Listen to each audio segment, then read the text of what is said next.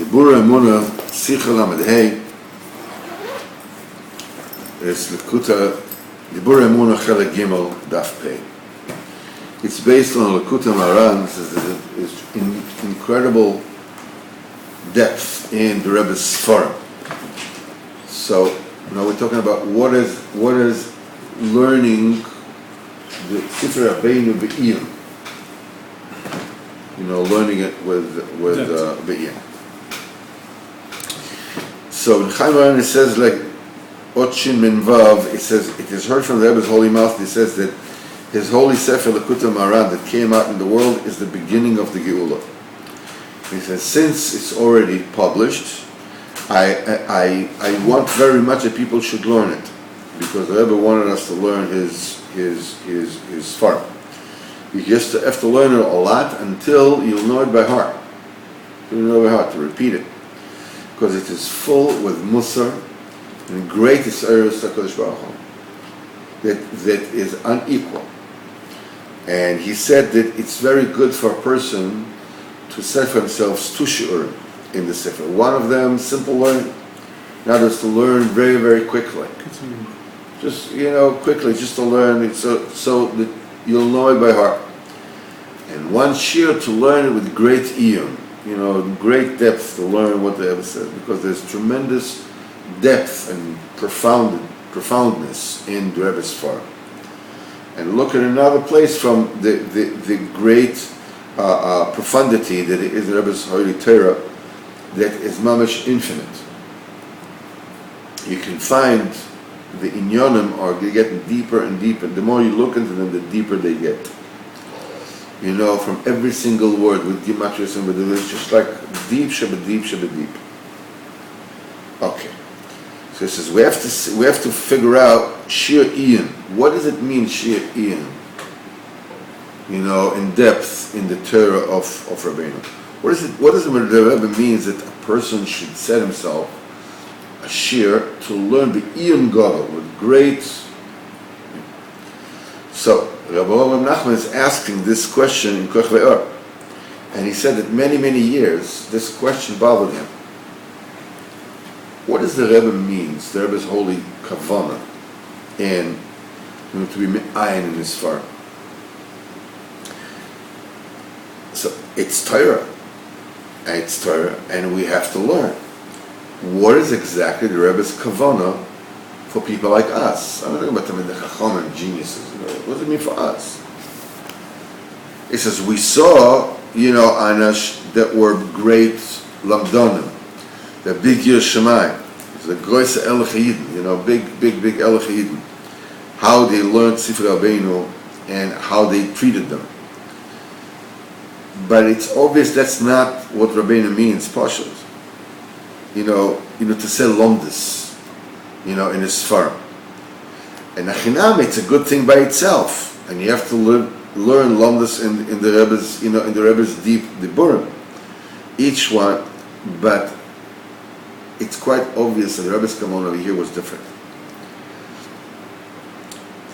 To each one, obviously, it's different. Cholaf and Rabbeinu speaks to each and every one of us that we should learn the Iyun Gadol. So what does it mean? So Reb Nosson once said to Reb Efraim Naftali, that used to be a big London. It says, "Difroi kemedain kapeler." It says, "You,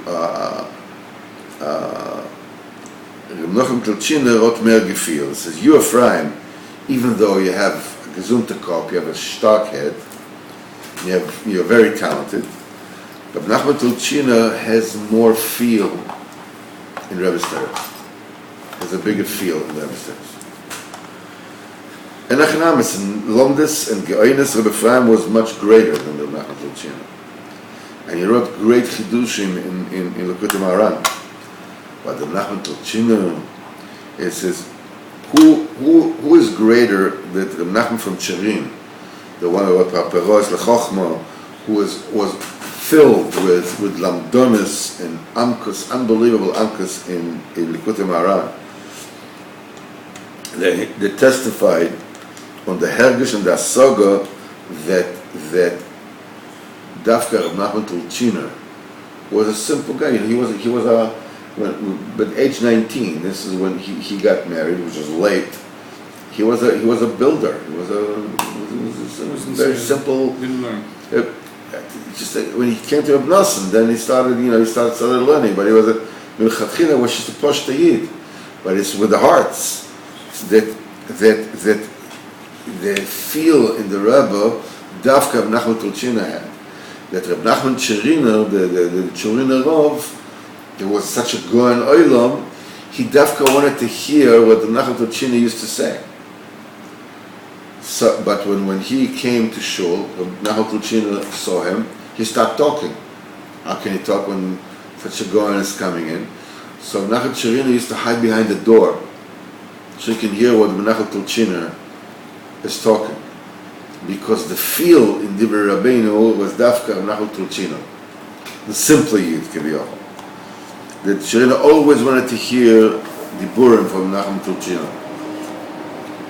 And he said, with such gaguim, such longing, he used to say, the Cheriner Rubi used to say, Nachman Tulchina, when I hear a Dibur from you, when I hear you talking, by me, it's a perish on the Kutamara. So it is obvious that when the Rebbe says, Ian, it's not Pashut Pshat, just Ian. Kvetchen, to press and to dig, from here to there, like the London. The main kavanah of the Rebbe in Amkus and Ian is to feel what you learn. To get an inner feeling, an inner connection with every single dibur of the Rebbe, with every eitzit he gives you, with every godly idea and ashkafa that the Rebbe gives you. Not just say perushim in Lomdus. There is an in of Kasha and Teretz and Rabbeinu.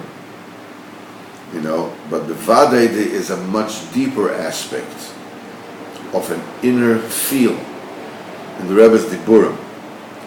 Like Reb Nosson identified it and defined it. He says, you, Ephraim, have a great head, but Ramat Tulchina has a greater feeling. A great feel in the Rebbe's Diburim.